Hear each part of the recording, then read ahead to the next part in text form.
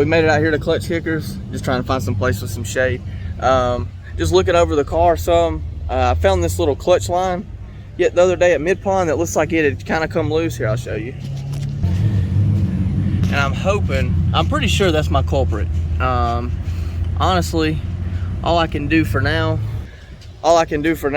is just put a worm clamp on it, tighten it down, and gonna pump my clutch pedal a few times and then send it. The goal today is probably to clutch kick the least amount possible, just to reduce my chances of actually getting my clutch to stick to the floor, because that really is what would fuck me. Because when it happens, the other day at mid-pond, at one point I clutch kicked, it went to the floor, it came back, the clutch didn't engage, then it pulled itself back to the floor, and then it dumped itself. So it's really not something you can drive around too much. You can try to put your foot down there and pull it back, but it's just super sketchy. So we're gonna do our best with what we got.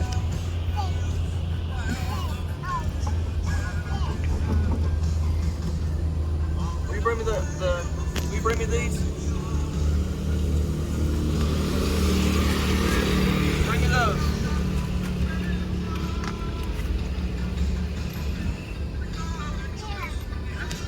Thank you. Right here. Hold on, let's put them on here first.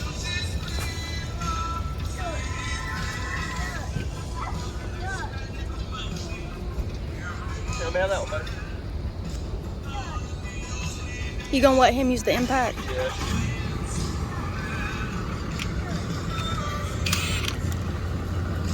Alright, come on, buddy. Get the button. Whoa. Good job. Let's go this one. Oh, easy, easy. Hold on. Now do it. Good job. Go, go, go. Where's the horse? Good job, bud.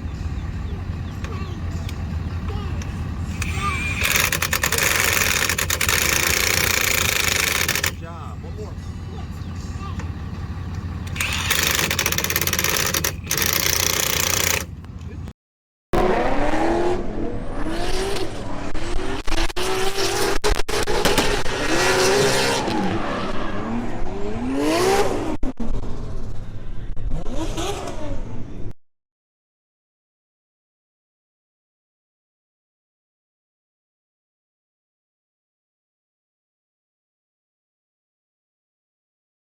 Sitting in grid right now for practice. I've done 2 laps so far. Car feels pretty good. Just trying to get used to more self-steer. I did lose it once because I was trying to drive without holding my hands on the wheel like I normally do, trying to break my habit, and I did lose it. Well, I lost drift, I didn't spin. But second run, I did keep my hands on the wheel a little bit more. Put down a pretty decent run. I missed a couple of the zones, I feel like, so now that I kind of feel like I have the track down after 2 laps, I'm going to try to feel my zones better.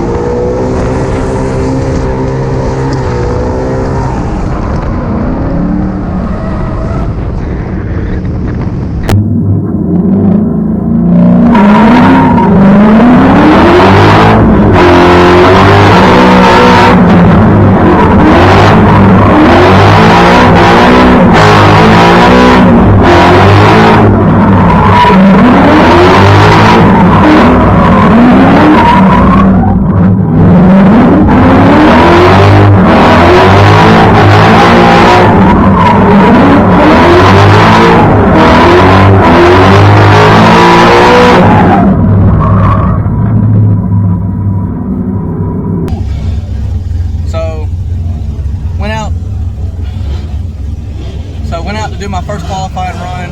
I was scrubbing my tires, and when I went to pull down the straight, my steering wheel was sitting about 45 degrees sideways, and I ended up breaking a tie rod. Well, it bent the tie rod and broke the sleeve that connects it to the knuckle. Was able to get it fixed, and it came a big downpour, and we're about to do the second round of qualifying, and the track is dry in some spots, wet in some spots. There's some really good drivers spinning out there. Luckily, they qualified their first run, which I didn't, so I'm a little nervous about going out here in these conditions and spinning, because if I don't put a score down this time, we're out. We're not doing the comp, which would kind of suck. But I'll update later. We'll see what happens. Yeah, fuck you guys.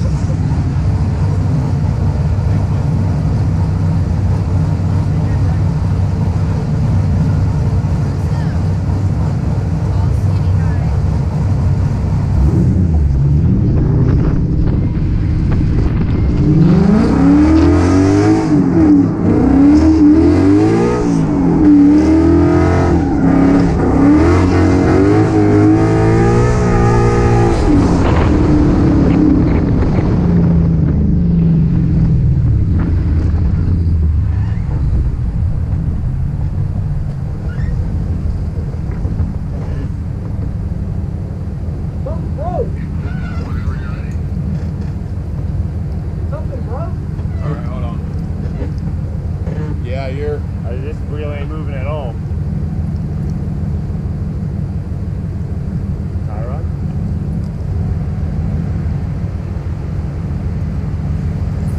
You got a bent tie rod. Yeah. 1 second.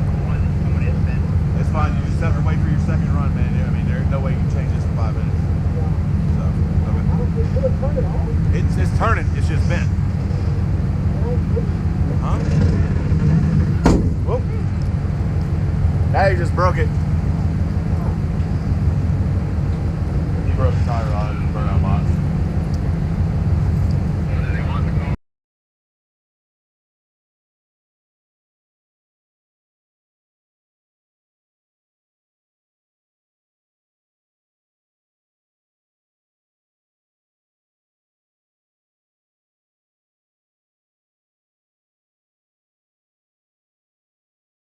But as for Jeffrey Williams, he is sitting on a 0 because he broke that tie rod in the before his first run. So he decided not to take his 5-minute timeout. Which, man, looking back, I think I would have. Yep. But Jeffrey Williams from Weaver, Alabama. Yeah. Nice, driving a 5.0 Coyote Mustang. Looking for sponsors, right? Or is it? Oh, that's the other one, right? Yeah, it's Adam. Yeah. Okay, that's Adam. Yeah, Jeffrey. Well, I'm sure he's probably looking for sponsors because I don't see any sponsors on his list here. So, all right, here we go. Jeffrey Williams going to attempt to put a score, sitting on a 0, unfortunately. And see, initiates. I believe he initiated before the end of the initiation zone. Coming into the touch and go, carrying a good amount of speed. He's got to switch back here, fill out the second outer zone, hold it together, keep it nice and wide. Not really too concerned about a high score at this point. Just want to put a score down. So let's see as he makes it through the third outer zone. Well, hold it together, hold together. As long as... So I just did my qualifying lap. I'll be honest with you, it was not pretty, but I didn't spin, I didn't straighten. My initiation was garbage, but let me tell you why. So down there on the straightaway's dry. The rest of the track's dry, but the first turn, there's still some standing water. So I'd watched a couple guys lose it there, and I just figured, honestly, it'd be best that I qualify to race tomorrow than trying to do some baller ass entry. So, sorry, I'm trying to park my car right now. It was a really long e-brake drag, come up short on the zone. Probably got the lowest score of the fucking weekend, to be honest with you, but I didn't lose it. And that was my main goal, and we accomplished it. Car feels good. Got it all fixed. This car never lets me down. But I'll update y'all later. This will probably be it for today. I'll probably update y'all tomorrow on what's going on with the comp. Thanks.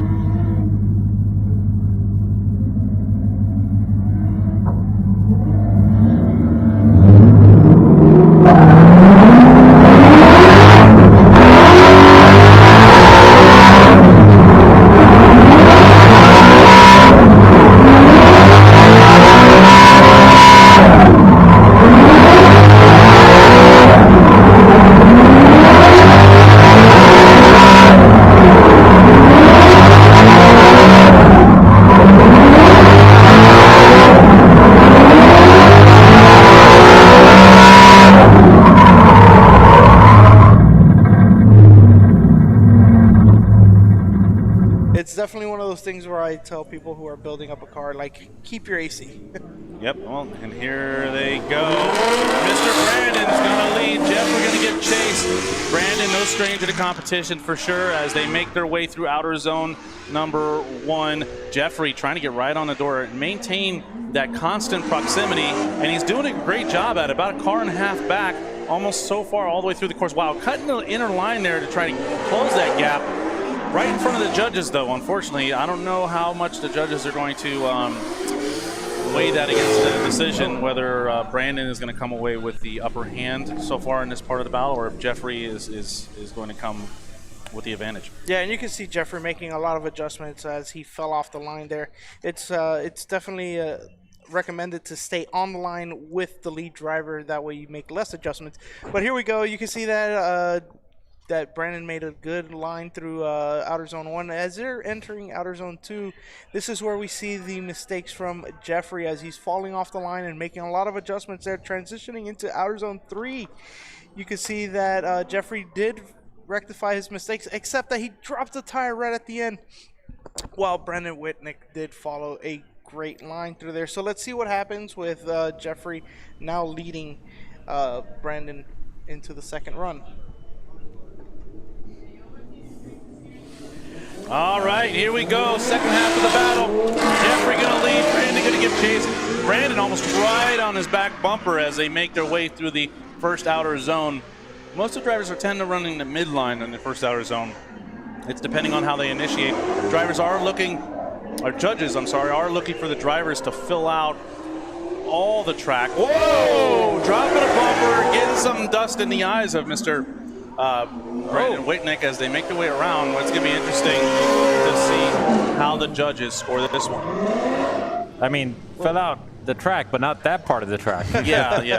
Definitely not that part of the track. Yeah, don't. Maybe he heard me and he said, "Oh, I got to fill it out more," and then went a little too far. Yeah, he started filling the spectators with dirt there. Yeah. That's not the filling that we want here at Klutch Kickers, but as you can see, they're going through the touch and go here in the replay. Brandon Whitnick just following. That was a wild transition by Jeffrey there, but this is where Jeffrey falls off the track with a huge dirt drop and transitioning into outer zone 3 and drops tires again. So this is definitely looking to be against Jeffrey and for Brandon, but the judges might see something different. Let's see what happens. So went out in my comp run against Brandon, and I put down a really good follow run apparently. I got a lot of compliments on that from him and his spotter and you know, some other folks. But then in the lead run, man, I threw what I thought was a really cool entry, and I come through the touch and go. I thought I filled that really nice, and then coming in front of the judges, he came up on my door really fast. I'm not gonna lie, it fucked with me. I let out of the throttle, and it messed my line up. By the time I got back in it, I dropped a tire, and it set me up for my next turn, where I dropped another tire. But I never quit drifting, and but it was enough, you know, to knock my score lower than his. I don't know. I'm tired, so I'm probably not talking great. But he got the win. But honestly, like, I don't know if there's another person I'd rather lose to. He's such a cool guy. He's been driving forever, you know, and it's just cool to be able to have the experience to drive against people like that. And for me to even be able to, like, be acknowledged to be on track with drivers like that, like, is a win for me.